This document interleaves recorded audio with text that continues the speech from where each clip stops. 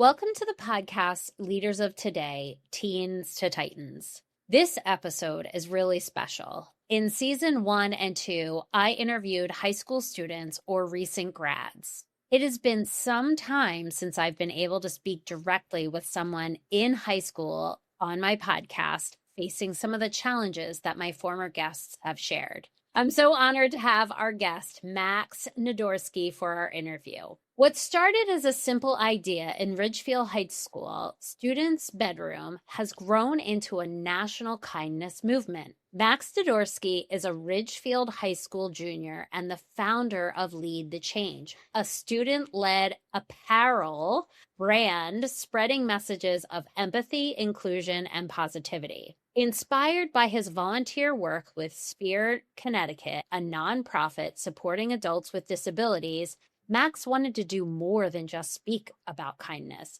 He wanted to act on it. Today, 20% of all Lead the Change proceeds are donated to Sphere, keeping the mission rooted in real impact. Lead the Change has now reached customers in 32 states with message-driven designs like walk a mile, then speak. It's cool to be kind, and kindness is my superpower. The movement has gained national attention with members of Congress and award-winning actors publicly wearing the brand. Max also took the stage at Ridgefield's Tiger Shark Tank, where his pitch earned repeated applause and his first investor. But for Max, success isn't about sales. It's about influence. Every shirt is an invitation to choose empathy and proof that leadership can start exactly where you are.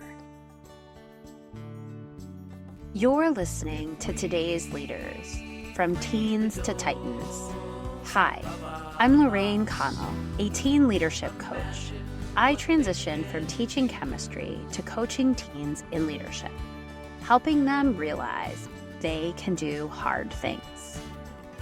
We've often believed that leadership is an innate trait, but it's actually a skill that you build and improve.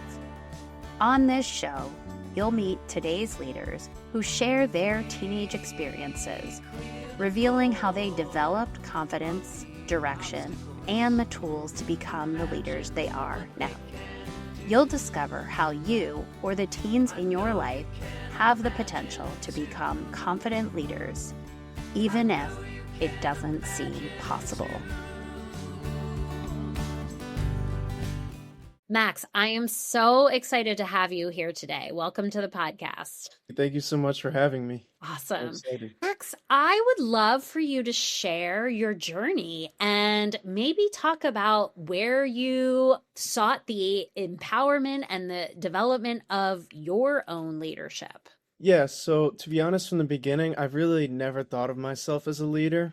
I started to lead the change because I was frustrated with how much negativity and division I was seeing in the world, online and especially at school. So I wanted to start something that led a more positive world. And so that's why I started Lead the Change.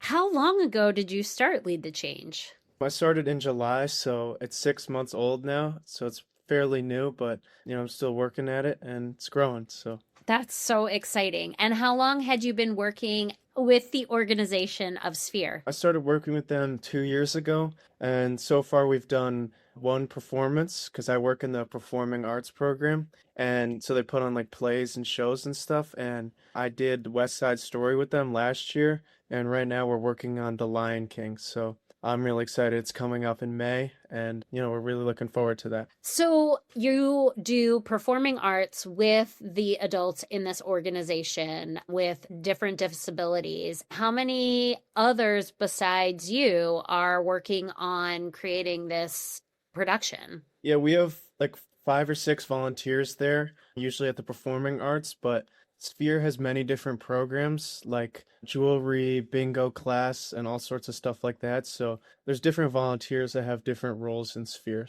But yeah, there's like 5 or 6 of us doing the performing arts. Okay. And how did you get connected to doing this work? I was looking for a place around here to volunteer because I really wanted to give back to my community. This community is amazing, and so I found Sphere because, these people they're the nicest people I've ever met, and they give back so much more to me than I could ever give to them. So I felt like this is the perfect fit for me to help out. Yeah, I have been really toying with the messaging around volunteer hours that many high schools require students to do. And while the intent is there, I think we're missing the message that doing volunteer work does more for you as the volunteer than it really does for the organization.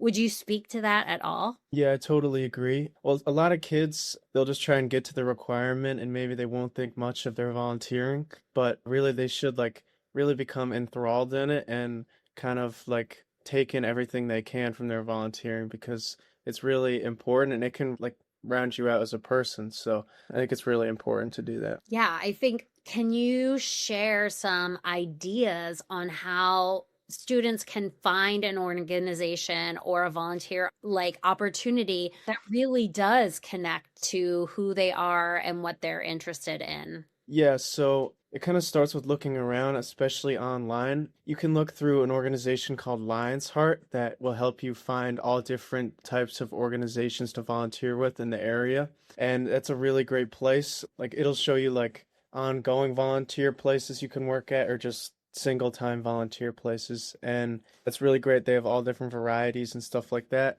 Or you can just like reach out to places nearby like that you're interested in and be like, do you need any help? And try and set something up like that. Had you had any other interaction with adults with disabilities before you started working in Sphere? Yeah, so there's the Prospector Theater in Ridgefield, where I'm from, and it's a theater that employs people with disabilities. And actually, a lot of them go to Sphere, but I met them, way before I started volunteering with Sphere. And, they help out, they usher, they run the counters and all that stuff. And, that's when I really started to form my connection with people with disabilities and how this whole thing came to be. Yeah, so it sounds like it's almost come full circle. You were performing and they were showing up to help, and now they're performing and you're showing up to help. That's a really neat symbiotic relationship. Yeah, totally.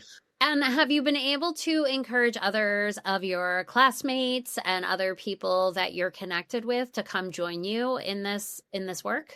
Yeah, I've had a lot of people partner with me for Lead the Change. Some kids have worn my shirts and I've put them on social media, and I've had some local businesses that have also like I've partnered with and we've done like a photo shoot together and stuff like that. So I'm trying to spread it around to a lot of other teens because I think, it really starts with our youth. So Yeah, I love that.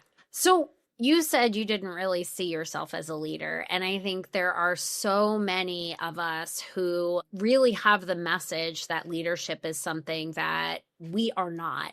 What changed for you, or what messages do you think you were given to help you say, I guess I'm not really a leader? And then what did you start to see within yourself that said, actually, maybe I am a leader? yeah, so it kind of started obviously when I started Lead the Change, and If you're listening to this podcast, you're already part of something bigger.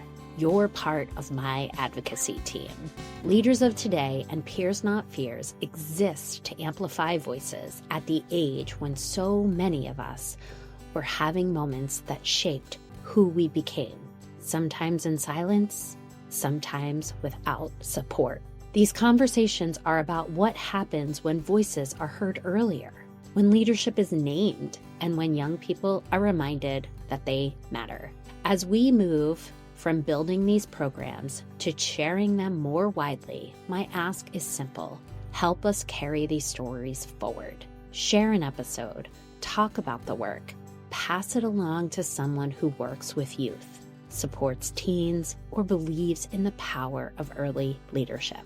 Because when we normalize telling these stories and believing in young voices, we don't just change individual lives, we change what's possible.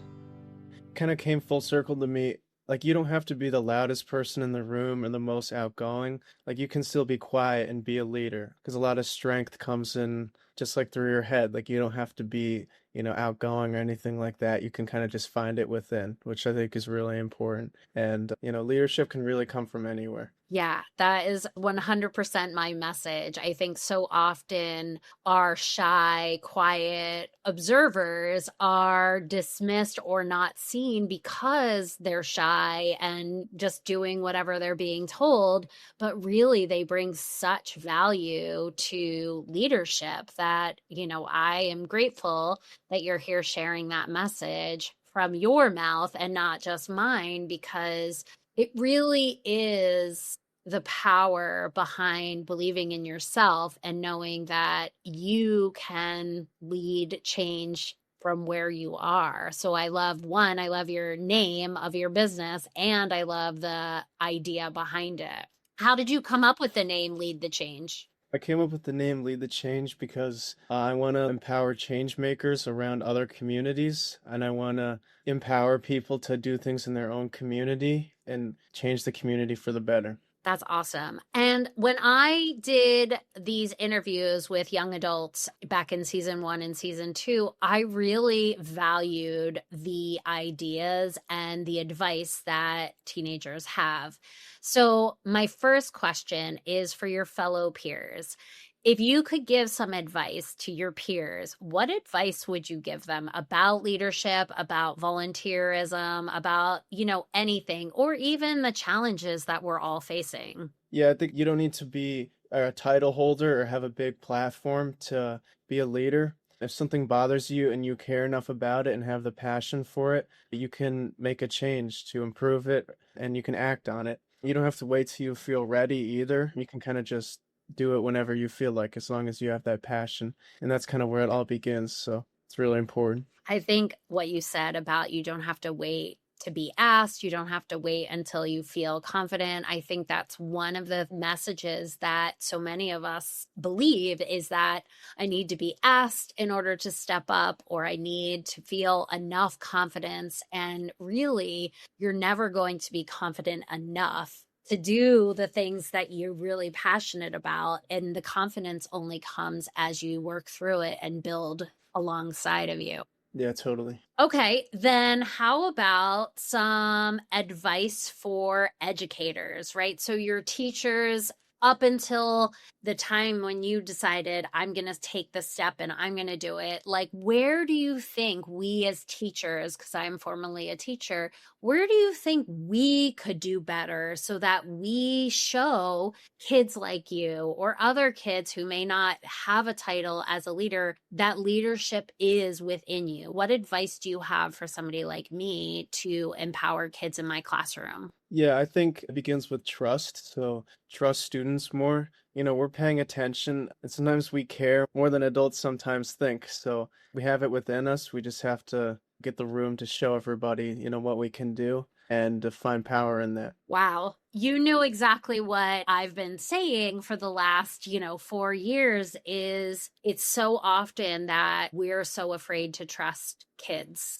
right? I'm the adult in the classroom. I feel like I have to be in control of everything and I have to make all the decisions. But really, when I release that control and allow my students to have my trust, that's literally when they start to rise and find their own power and their own voice. And I love that. I also really love the idea that we might care more than you think we do, or more than you believe we can. I love that advice. And it's been so long since I've been able to share advice from youth to my audience that it's refreshing to have you here to share some of that.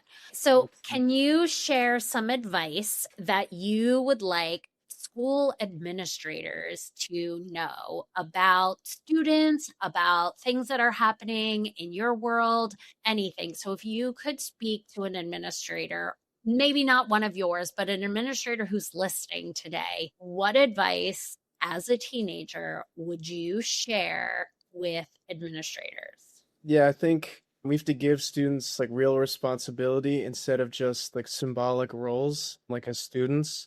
Like they need to be able to be independent and do things on their own. And we have to give them a creative space to think and develop and form those leadership skills that we were talking about earlier. I think that's something that we can definitely implement in schools more. And don't underestimate how powerful it is when adults actually listen to students instead of just talking at them. So like when students like get the chance to actually like speak out to like teachers and people in the school community, I think that can really go a long way. You couldn't have said it better. I think my whole world changed when I realized that we were doing a lot of asking from youth, but we weren't doing a lot of listening. And that was really evident to me during COVID.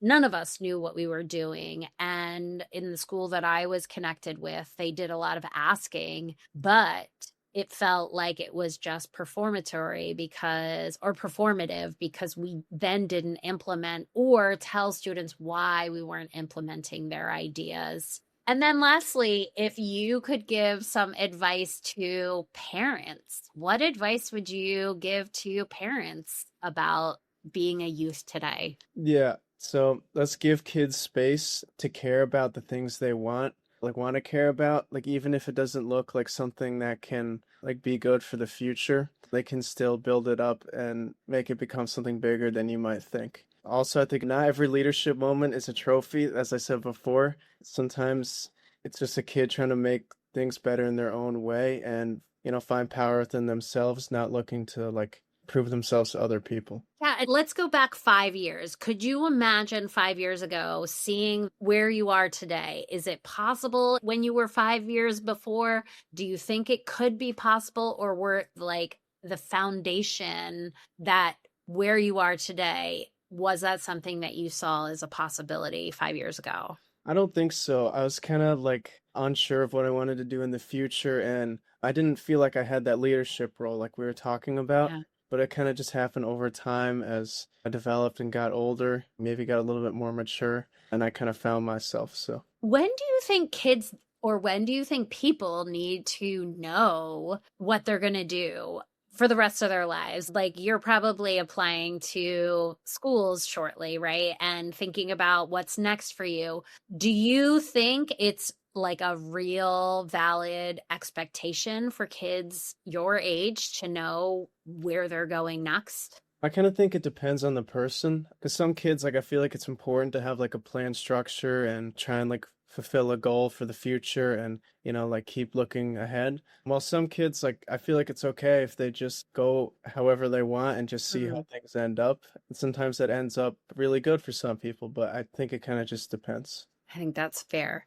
And looking forward 5 years from now, where do you think Lead the Change will be? Where do you think you will be? I'm thinking Lead the Change is going to continue to grow and get global. I'm really hoping for that. And I think I will be in college probably in 5 years. So I'm also looking forward to that and gaining some more knowledge. Okay, what would you like my audience to know, to think about, to help in terms of Lead the Change? What can we do?